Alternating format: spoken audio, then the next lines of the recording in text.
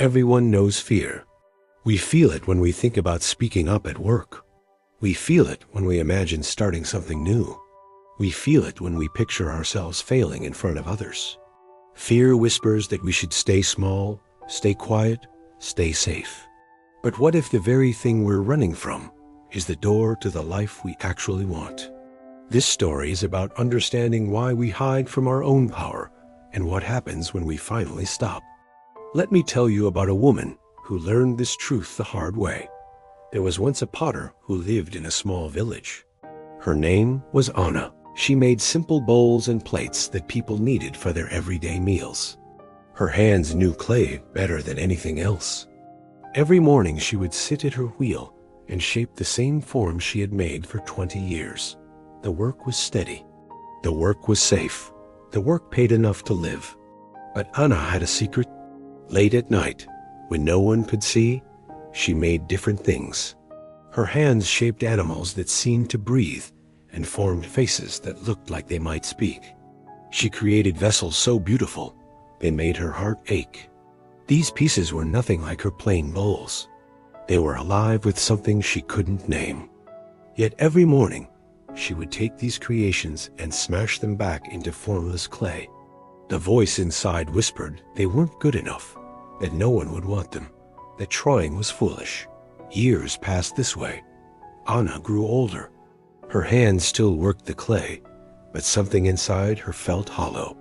The bowls kept coming, but her dreams kept dying.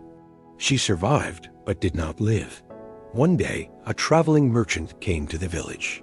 He was old, with eyes that seemed to see more than they should. He bought one of Anna's plain bowls and sat watching her work. After a long silence, he spoke. "You have good hands," he said. "Thank you," Anna replied, not looking up. "But they are sad hands," he continued. Anna stopped her wheel.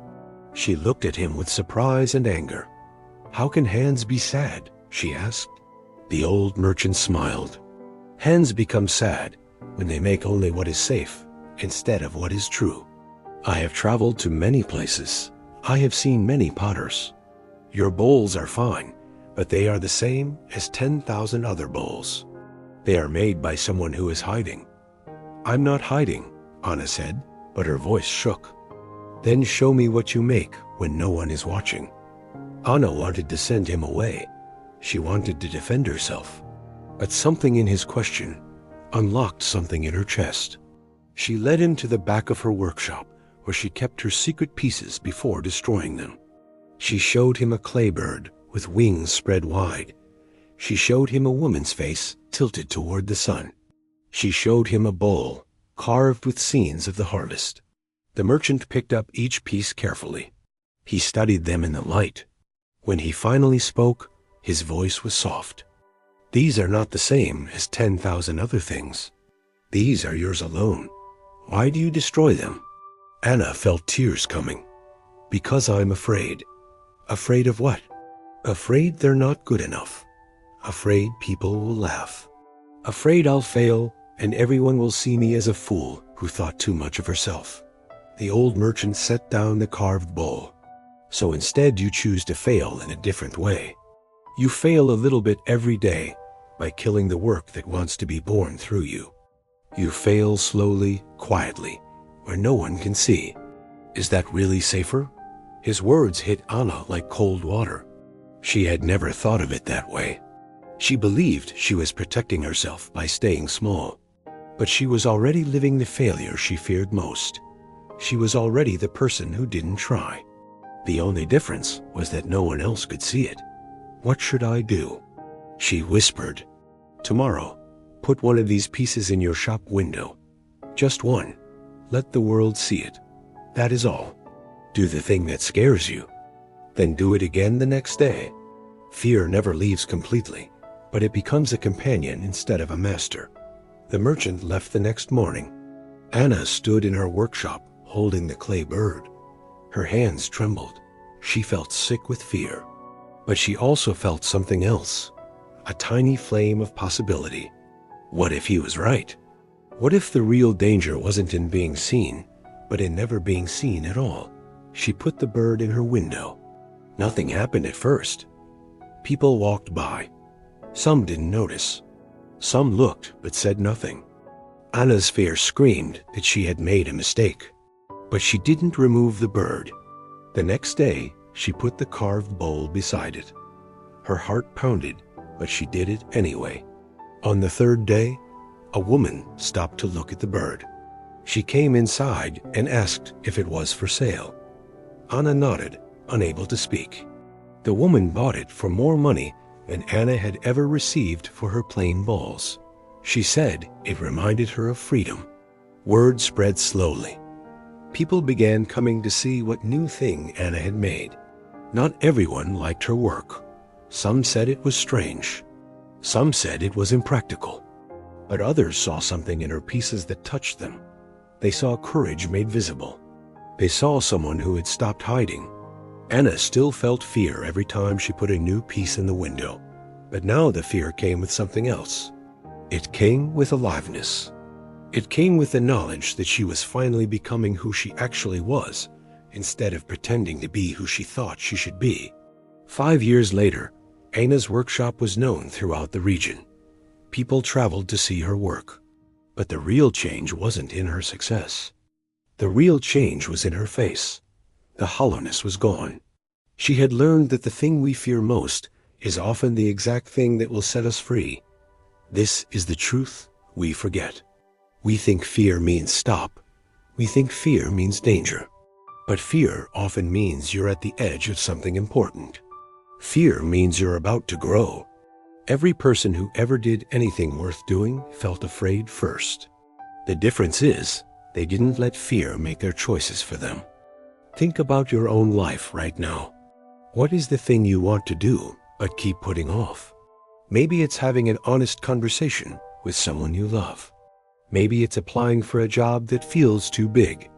Maybe it's starting a business or learning a skill, or simply saying no to something that drains you. Whatever it is, you already know what it is. You feel it when you read these words. That small tightening in your chest. That voice that says yes, but I can't because. What if that fear is actually a signpost? What if it's pointing you toward exactly what you need to do next? Not someday.